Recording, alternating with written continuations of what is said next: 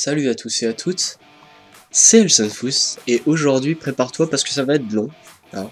Donc prépare ton café, ton thé, je ne sais quoi, ta bière, ton absinthe, prépare-toi ce que tu veux parce qu'on va se poser et on va parler clairement, calmement, d'un de mes animés coup de cœur d'il y a longtemps, fort longtemps.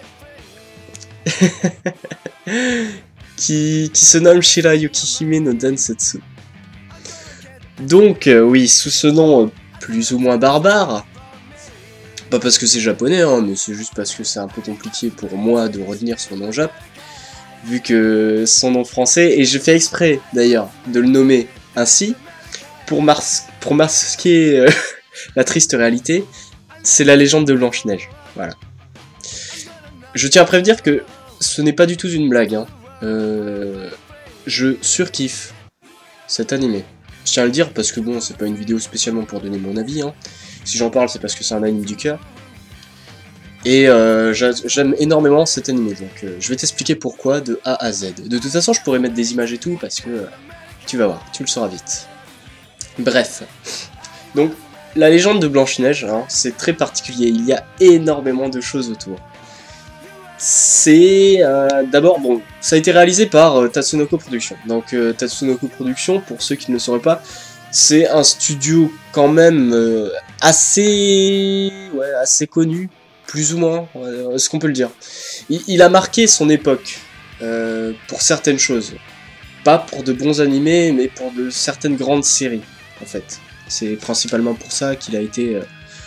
reconnu entre guillemets, même si bon, c'était la période un peu délicate où les animés n'étaient pas tip top, c'était à la fois des productions qui étaient liées soit aux États-Unis, soit à l'Europe, notamment les Italiens, les Français et ces choses-là quoi, même les Anglais. Bref, donc ouais, Tatsunoko Productions du coup, ça a été fait en 62 par les frères Yoshida. Je sais pas si vous voyez qui sont Yoshida. Mais en tout cas, l'un des frères était mangaka, en l'occurrence. Et le studio en lui-même, il a fait tous les animes que vous connaissez, par exemple Robin des Bois, Samurai Pizza 4, Julie et Stéphane, enfin, plein de vieux animes comme ça, qui avaient une collaboration, comment dire, internationale. À la fois européenne, c'était un mix à chaque fois. Bref, ils travaillaient ensemble, peu importe. L'anime en lui-même, parce qu'on va dire, on a appelé ça un anime, hein, même s'il était plus catégorisé comme dessin animé le jour de sa diffusion sur la chaîne télévision française, il est sorti en 94-95. Sachant qu'il a également été diffusé en France, hein, en 94, sur France 3. Date très importante à retenir, hein, je tiens à vous le dire, parce que c'était à l'époque de Minikums. Donc Minikums, forcément... moi je suis un gamin de 92, donc j'avais 2 ans et quelques, et ce qui passait à la télé c'était soit TF1, soit la 3. Sauf si on était un petit bourgeois de chaîne câble et tout ça, mais ce n'était pas mon cas, clin d'œil, donc du coup je regardais ça sur France 3, les Minikums. Donc, vous vous en doutez, le style c'est de l'heroic fantasy. Il y avait 52 épisodes, ce qui était peu, en fait, avec le recul, parce que quand j'étais petit, et forcément tout le monde c'est à peu près pareil, on a tendance à voir ça en longueur, comme si ça durait 100 épisodes et tout, alors que, bah au final, pas du tout. Mais vraiment, pas du tout. C'était très délicat.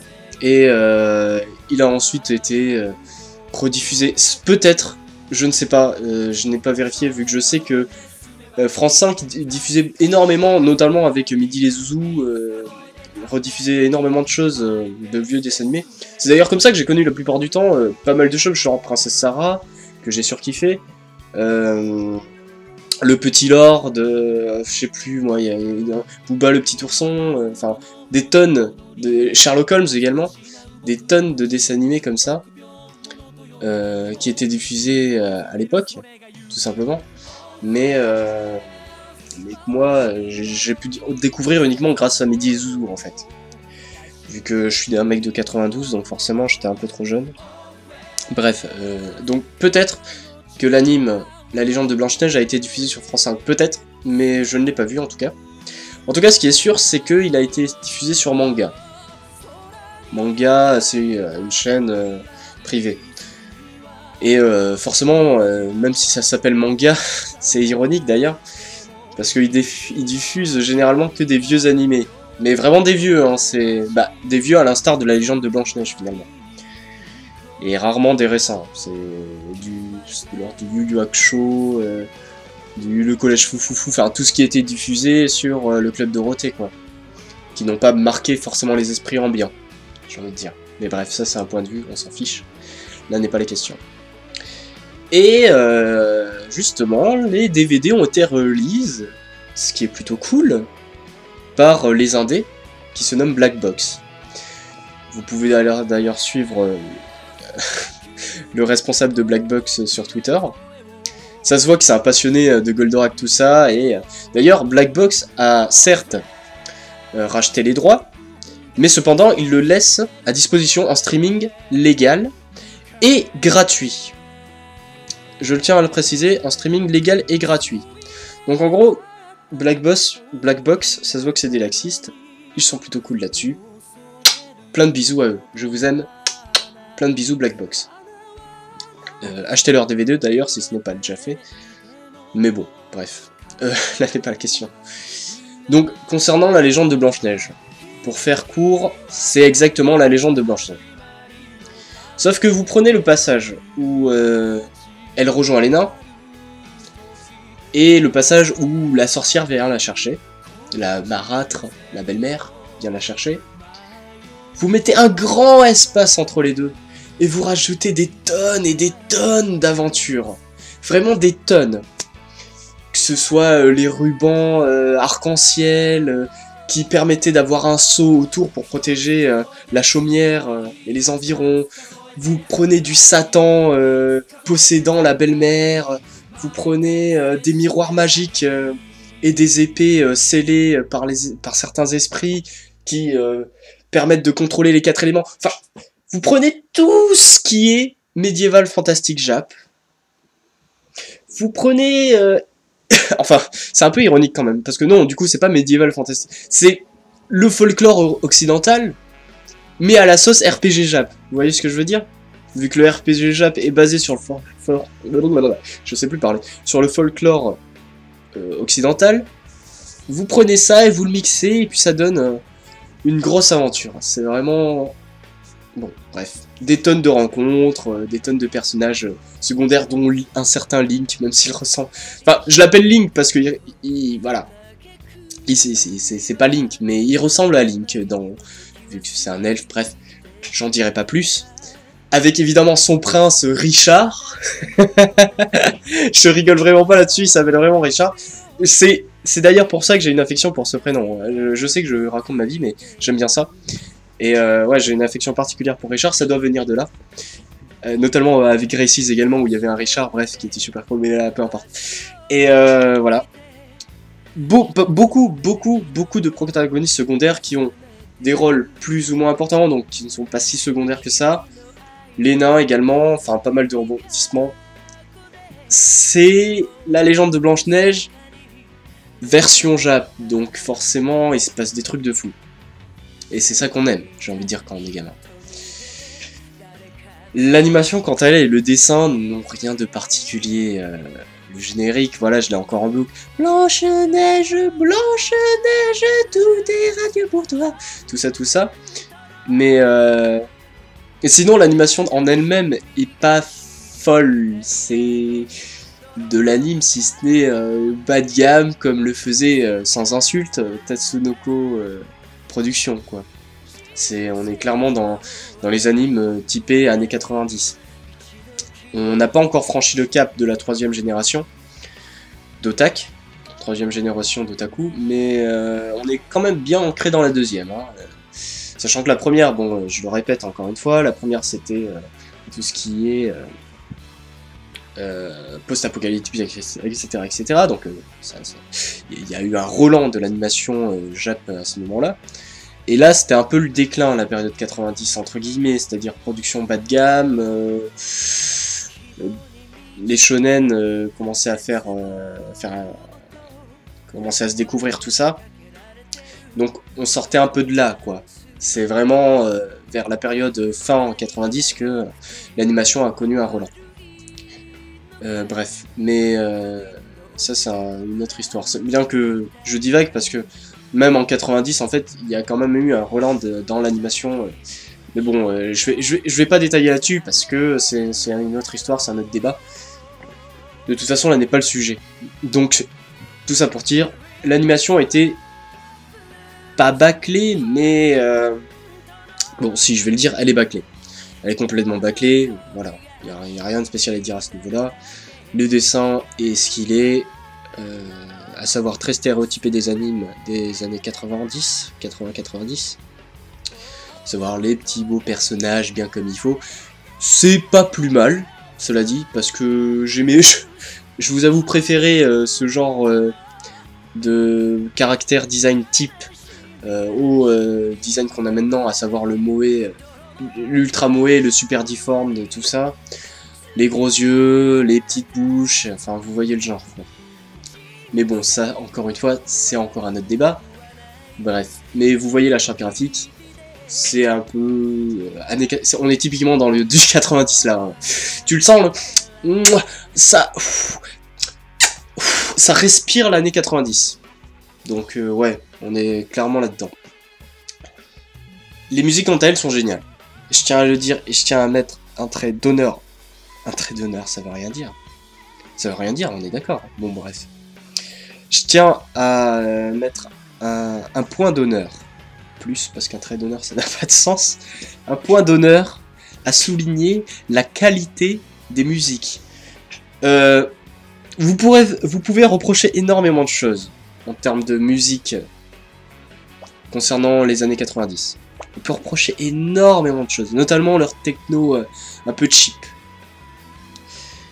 Blanche-Neige a typiquement une BO qui fait rêver en termes de médiéval fantastique, qui s'accorde parfaitement d'ailleurs avec son thème, la légende de Blanche-Neige. Quand je réécoute ces musiques, et c'est pas de la nostalgie, hein, c'est pas que de la nostalgie, il y a certaines sonorités, si vous voulez, qui rappellent les RPG, des RPG sur SNES, des RPG sur Game Boy, enfin, ces RPG là, en fait. Parce que quand on a commencé à passer le cap de la GameCube, de la PS2, tout ça, on est reparti dans de la musique plus orchestrale, plus grandiloquente, entre guillemets. Alors que forcément, quand tu es sur du 16 ou 32 bits, t'as pas forcément le choix en termes de musique. Donc, du coup, c'était généralement très sobre et sommaire, sur une piste généralement, sur 2 si on est fifou, sur 4 si on se prend pour un gros thug, alias Jean Thug qui te pose sa musique, quoi. Et en fait on ressent cette ambiance RPG dans la légende de Blanche-Neige. Je ne saurais pas comment les décrire, parce que je suis pas un musicos, donc c'est certaines sonorités en fait, certaines pointes à chaque fois sur les mouvements. Bref, je décris comme je peux, je suis désolé, c'est un peu fouillis, mais toujours est-il que si je vous ferai écouter certaines musiques si je peux, parce que le problème des musiques c'est que ce genre d'anime n'a pas d'OST. Il n'y a jamais eu de CD qui a été release, donc forcément c'est un peu délicat, et j'ai essayé maintes et maintes fois de chercher un moyen de me procurer l'OST, mais le problème c'est qu'il n'y en a jamais eu. Donc à part sélectionner quelques moments de vide où il n'y a pas de dialogue dans l'animé, pour en tirer les musiques, c'est un peu délicat et compliqué, et je me vois mal recouper à chaque fois pour faire la musique entière. Mais bon, il y a certaines musiques qui sont vraiment très... elles prennent au trip, quoi, si vous voulez. Elles prennent vraiment au trip. Bref, je vais pas m'étendre en plus là-dessus, parce que... voilà, c'est la légende de Blanche-Neige. Et... après, concernant le doublage, par exemple, je ne l'ai jamais vu en Jap. J'ai les DVD, donc je ne sais pas si le Jap est disponible, car j'ai toujours mis en français, en VF. J'ai toujours mis la VF. Sachant que, bon, faut savoir que y a énormément de doubleurs connus.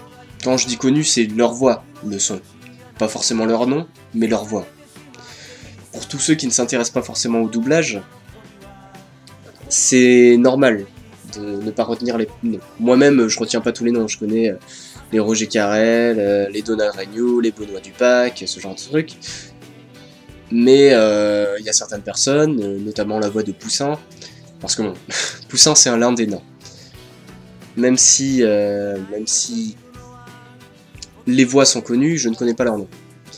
Donc il y a pas mal de voix que vous repérerez forcément, parce que si vous avez un minimum de sens de l'ouïe, je sais pas si ça se dit, mais peu importe, vous arriverez quand même à détecter 2-3 personnages, donc c'est toujours ça de gagner, quoi. C'est de bons doubleurs. C'est de bons doubleurs. Dans le sens où, moi, il y a un truc qui m'insupporte un peu, c'est les critiques qu'on fait envers les doubleurs des dessins animés, des années 90. Ça m'horripile, les remarques à la con. Surtout, bon, je sais bien que, par exemple, la chose qui a popularisé cela, c'est le joueur du grenier, forcément. On peut pas y couper. Le joueur du grenier a critiqué les doublages des animés, ce qui est normal, en fait. On peut pas passer autrement, parce que oui, il est vrai, et c'est le cas, que les doubleurs en faisaient à leur tête, ils adaptaient ça comme ils voulaient, parce qu'ils étaient censés infantiliser les dialogues, infantiliser tout ça, quoi. Parce que, sous prétexte que c'est fait pour les enfants, on rend la chose débile. Sauf que c'est une connerie immense, vu que, comme vous savez, c'est pas parce que ce sont des enfants qu'on doit les traiter comme des enfants. Vous voyez ce que je veux dire? C'est pas parce que c'est des enfants qu'on peut pas parler de choses profondes avec eux. C'est d'autant plus juste avec la culture. Comme disait Karen Debache d'ailleurs, l'enfance c'est la période où on éduque le goût. Donc c'est d'autant plus important de prendre soin et de faire attention à cela. Mais, concernant les animés, même si on en fait utiliser les choses, il y avait deux choses l'une. City Hunter, c'est pas adressé à des gosses, alias Nicky Larson. Quand ils vont dans des love hotels et ce genre de choses, tu peux pas adresser ça à des gosses. Pas parce que c'est une sorte de censure ou quoi. C'est juste que l'enfant ne le comprend pas. Et City Hunter, en l'occurrence, ça n'a jamais été adressé à des enfants. Donc l'erreur, ce n'est pas le doublage, ce n'est pas la charcuterie qu'ils ont fait, ouais, parce que bon, c'était un peu une charcuterie, c'était un peu une boucherie. Ouais. Mais c'est plus le choix, en fait. Hokuto no Ken, pareil. Est-ce que c'était réellement adressé à des gosses? Là où par contre je dépose mon veto, c'est Dragon Ball. Où je suis d'accord que là-dessus, Dragon Ball c'est adressé à des enfants. Et que ce n'est pas parce que tu vois un zizi que oh là là c'est choquant. Parce que Kirikou, on le voit trimballer sa bite en l'air tout le temps, et alors? Et alors? C'est pas un fait de pédophile ou autre, ça n'a rien à voir. On est d'accord? Bon. Bref, je m'écarte un peu là, je crois, je suis pas sûr, mais bon. Tout ça pour dire que le doublage de la légende de Blanche-Neige est plus ou moins respecté. On est d'accord? Bon, bref, peu importe. Si je voulais vous parler de cet animé, c'est d'abord parce que c'est un dessin animé de mon enfance. C'est un animé de mon enfance. Et comme je vous l'ai dit, il est sorti en 94. En 94, c'était diffusé par les Minicums, sur France 3 donc. Ou la 3. Non, il y avait que la 5 qui s'appelait la 5, je crois. Il s'appelait déjà France 3 en 94. Toujours est-il que ouais, c'était diffusé sur le Minicum. Et moi, forcément, je regardais ça avec ma soeur et ma mère. Et c'était vraiment génial. Je vais faire vieux con. Ce genre de dessin animé, c'était le genre de dessin animé que j'enregistrais, enfin que ma mère plutôt, ou mon père, enregistrait sur VHS, pour ensuite qu'on puisse les regarder plus tard. Vous pouvez pas savoir combien ce genre d'animé me manque, mais réellement. Je suis sincère là-dessus, c'est que ça me manque. Parce que il y a...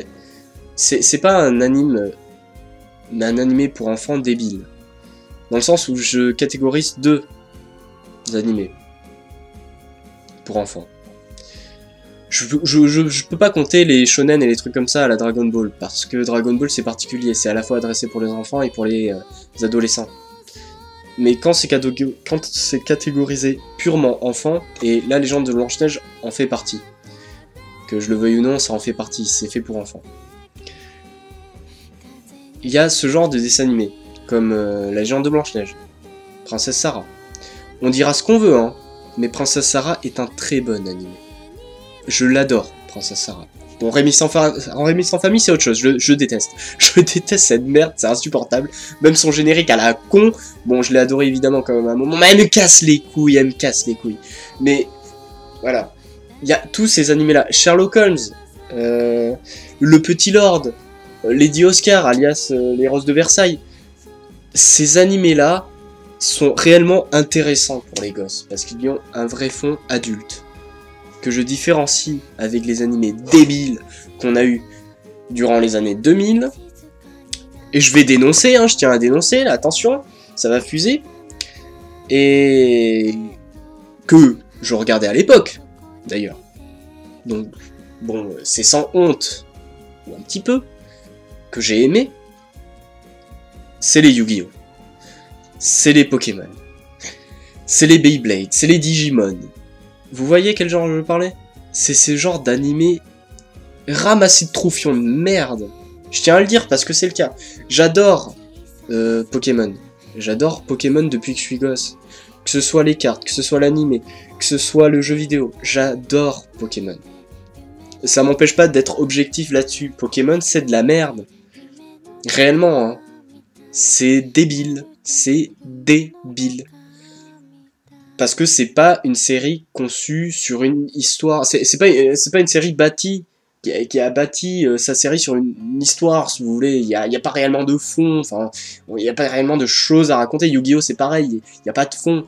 C'est juste prétexte pour des combats de cartes, pour des combats de Pokémon, pour des combats de toupies. Beyblade. Beyblade quoi.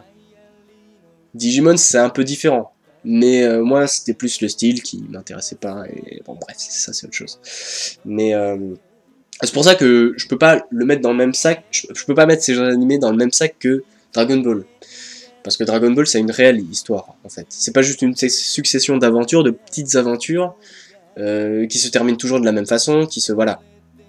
Yu-Gi-Oh! Encore, c'est différent, parce que ça a une réelle histoire de fond.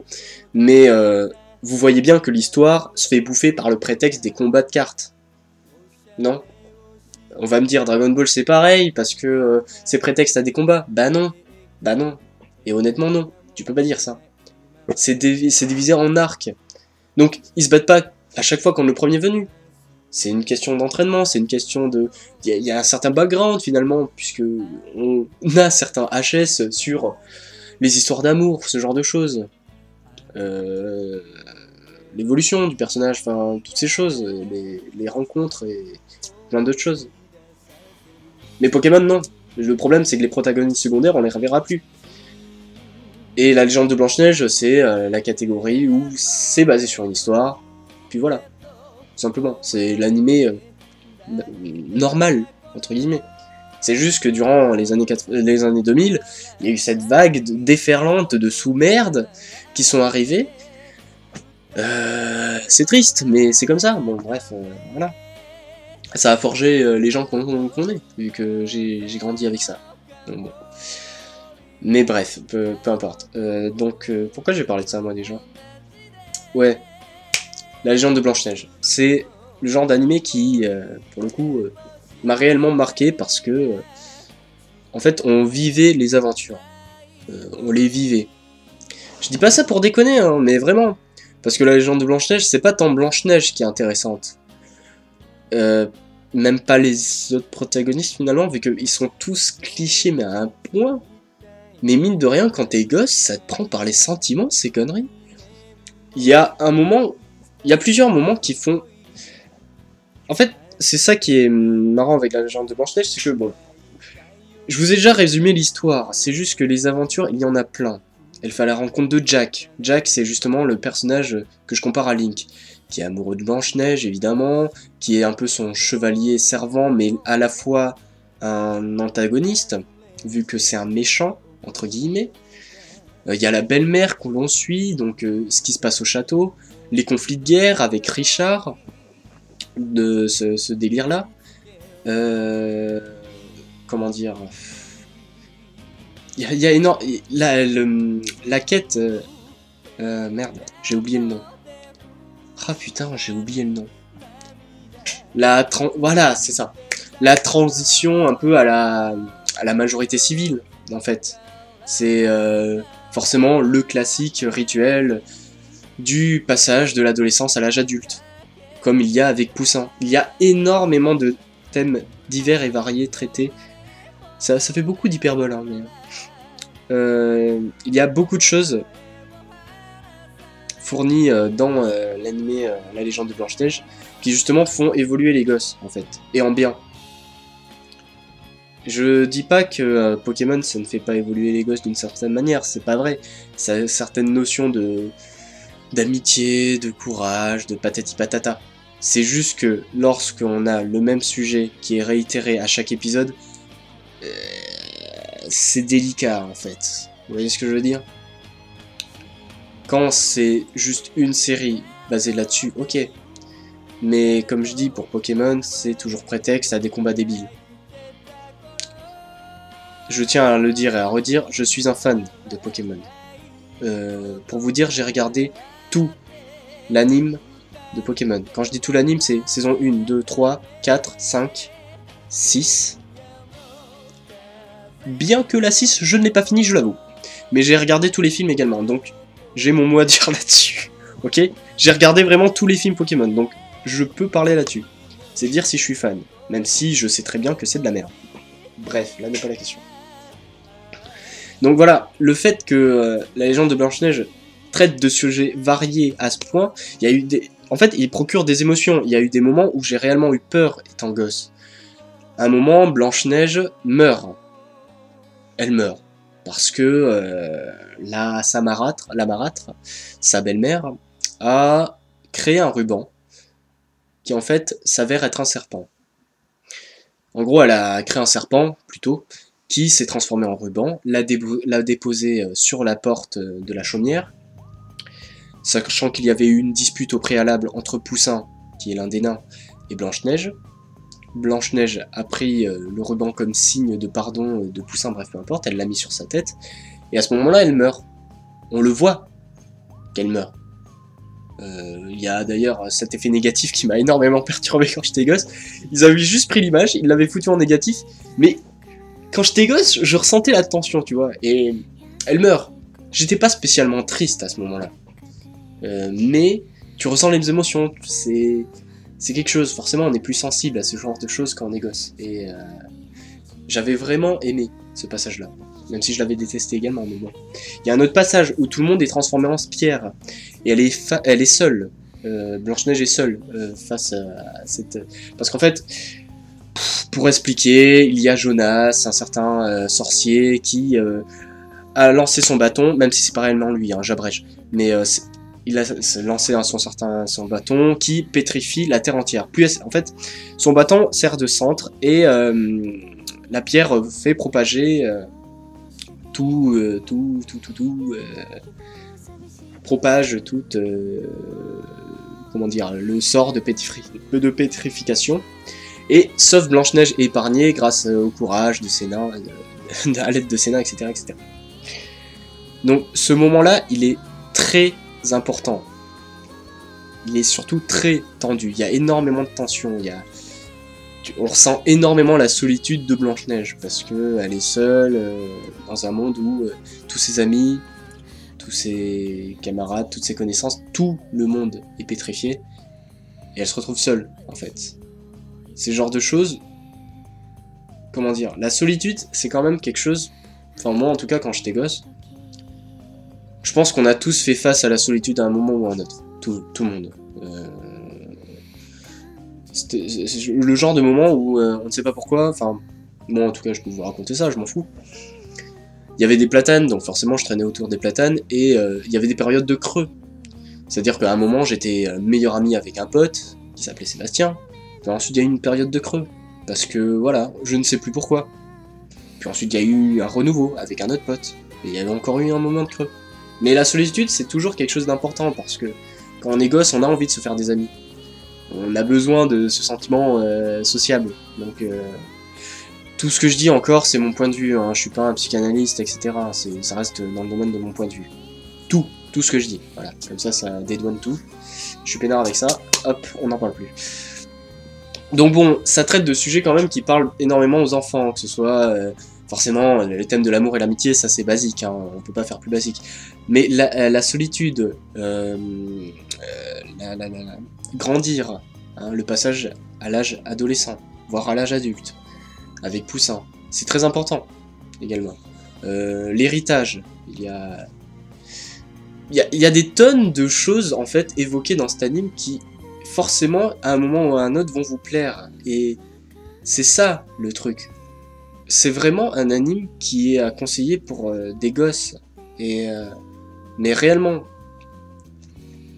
au-delà de ça, si j'en parle maintenant, c'est parce que cet anime là je l'ai revu des tonnes et des tonnes et des tonnes de fois. Je sais pas pourquoi, parce que justement c'est peut-être à cause de ces sujets, c'est peut-être parce que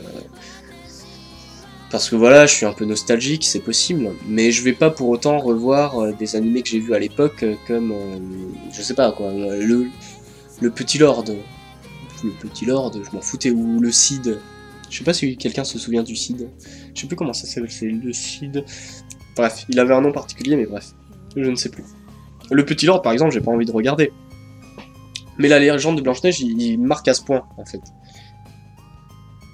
Il n'a pas une morale de fin très développée. Mais le fond entier, en fait, est bien écrit, je trouve. On vit les aventures, et c'est ça qui est important. Parce que quand on est gosse, on a envie de vivre des aventures. Je parle à la place des gosses, mais faut se dire que tout le monde a été gosse un jour, donc... Moi je parle en fonction de ce que j'aimais quand j'étais gosse. C'était à la fois l'aventure. C'était pas spécialement les combats. Hein. Faut pas croire que la plupart du temps les gamins ils aiment forcément tout ce qui est boum boum. J'aimais ça, bien sûr que j'aime les combats, c'est pas pour rien que je regardais Pokémon. J'aime le duel, le conflit, la compétitivité. Mais à la fois j'aimais l'aventure. Forcément. On a tous fait ce jeu où on devait pas marcher sur le sol parce que c'était de la lave, ou alors on marchait juste un pas sur, vous savez, les bandes piétonnes là. Bref, on a tous fait les mêmes jeux, donc forcément on rêve tous d'aventures, etc. Et la légende de Blanche-Neige répond parfaitement à ça. Quand je l'avais enregistré sur VHS, j'arrêtais pas de le regarder.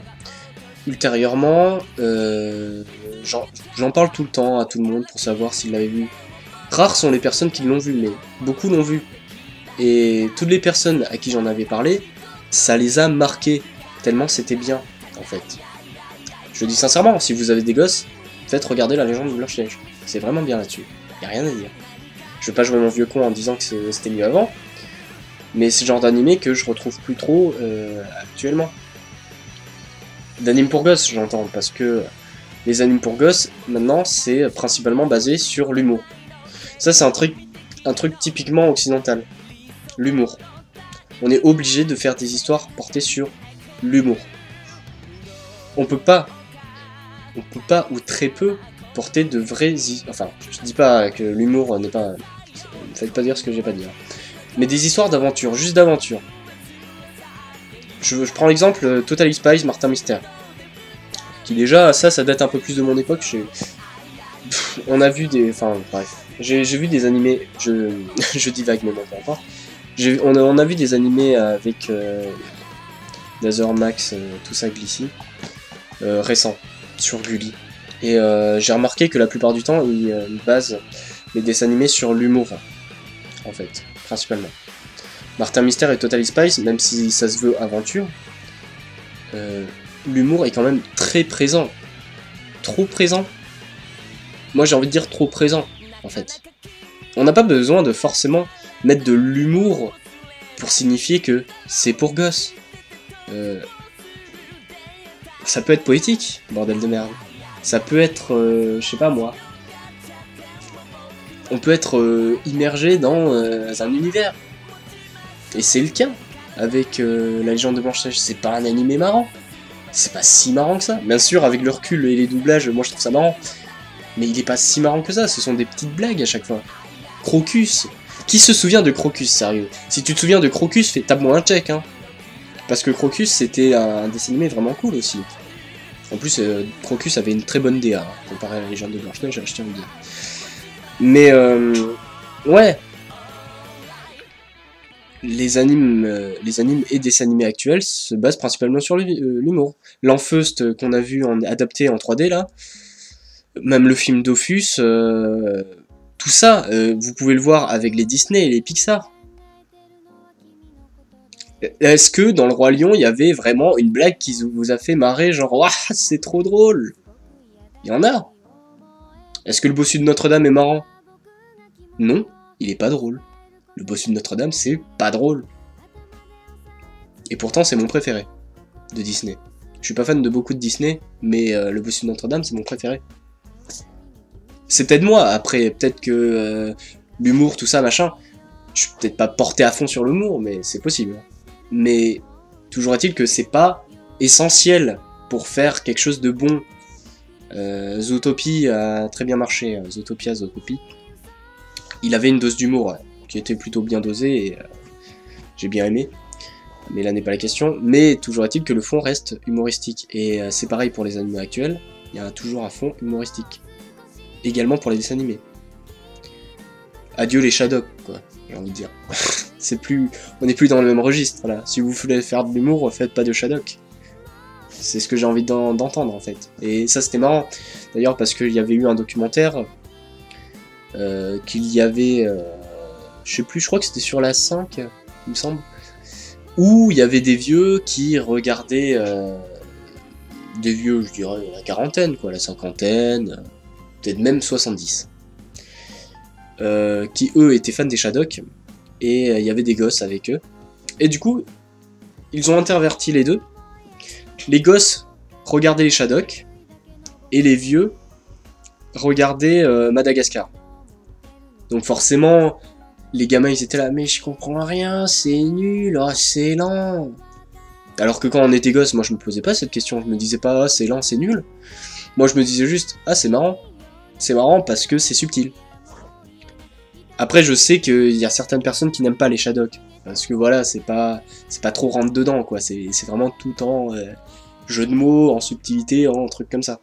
Donc ça, c'est une façon de rire. Il y avait également les Looney Tunes. Bref, pour finir mon histoire, les vieux, quant à eux, ont regardé Madagascar et se sont dit « Oh là là, ils parlent trop vite, ils font trop de blagues à la seconde. » Donc c'est pour ça c'est un peu mon échelle et je me dis, je commence à avoir un humour de vieux. C'est un peu mon exutoire, hein, venir vous parler ici. Mes podcasts, en fait, c'est fait pour ça, pour vous parler tranquillement, discuter un peu avec vous, ce que je pense, ce genre de trucs. Mais de toute façon, dans tous les cas, j'aimerais savoir si... Enfin, je suis peut-être le seul à le ressentir ainsi, et pas que ça m'attriste, au contraire, tant mieux. Si c'est le cas, tant mieux. Si ça se trouve, je me sens mal dans le monde dans lequel on vit actuellement, je parle en termes de dessin animé, hein. Je fais pas mon émo là, tout de suite, non, rassurez-vous. Mais voilà, peut-être que c'est que moi, et que je me trompe. J'espère pas, mais peu importe. Bon, bref, pour en revenir à Blanche-Neige, je vais y arriver, hein, c'est pas possible. Blanche-Neige, ouais, à force d'en parler, etc., je le regardais également dans la conve dans laquelle je suis actuellement. Et Dazer m'a acheté les DVD, d'ailleurs, de Black Box.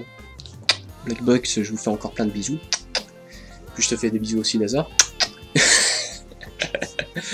Ouais, il m'a acheté les DVD, et j'avoue que je les ai re-regardés.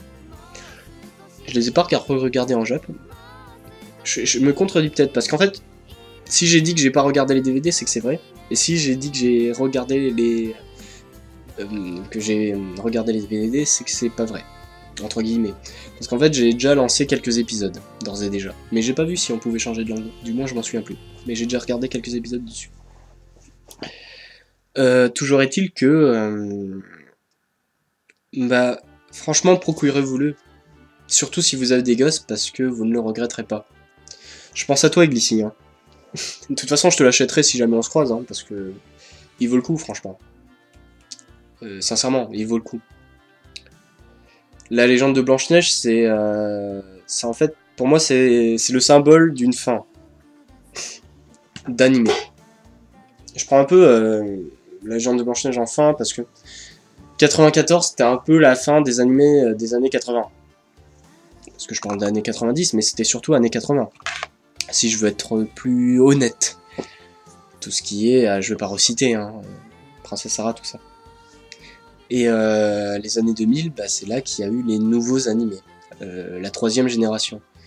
Je suis un peu déçu de ce qu'il y a, et à la fois très content, parce que les nouveaux animateurs ont pu s'exprimer librement, il y a eu énormément de choses, on reconnaît davantage des compositeurs, on reconnaît davantage le travail finalement des studios. Il y a eu énormément de choses bonnes. Il y a également eu énormément de choses mauvaises, comme la surproduction d'animés pourris moé qu'il y a. Je suis pas un anti-moé, que ce soit clair, vu que mon animé préféré c'est Evangelion, forcément. Mais je suis pas non plus un pro-moé. Donc forcément, à partir de là, c'est délicat. Et ça marque le fin d'un temps où ces animes... Je parle pas de l'anime dans le style. C'est pas que juste une question de DA. C'est un anime dans le fond, en fait. Ils ne reviendront plus. Ce genre d'anime dans le fond. Pourquoi? Parce que les discours, maintenant, sont devenus trop kitsch, sans doute. Trop vus et revus. Ça doit être ça. Les mystérieuses cités d'or, tout ça, c'est compliqué de ressortir ça maintenant, sans l'adapter de manière drastique. Et ça, c'est plus un problème de... c'est pas un problème en soi, hein, c'est une question d'évolution, hein, je dis pas que c'est un problème. C'est un regret pour moi, mais parce que je suis un jeune con. Mais ce n'est pas un problème en soi. Bref, je crois que je parle beaucoup trop là dans ce truc depuis tout à l'heure. Dans tous les cas, c'était voilà, un petit instant de vie que je voulais vous partager concernant la légende de Blanche-Neige, qui est un animé que j'ai énormément apprécié à mon époque, que j'ai énormément apprécié quand j'étais petit, que j'apprécie toujours maintenant, que vous pouvez regarder en streaming légalement, que vous pouvez acheter, ce serait mieux, mais dans tous les cas, oui, c'est vraiment un animé qui m'avait marqué dans ma vie. C'est pour ça que je voulais au moins en faire une vidéo un jour, en espérant que ça incitera quelques-uns à regarder, même si j'en doute, et je sais très bien que voilà, vous allez faire l'impasse, puis voilà, mais bon. Bref, dans tous les cas, je vous fais plein de bisous. Salut!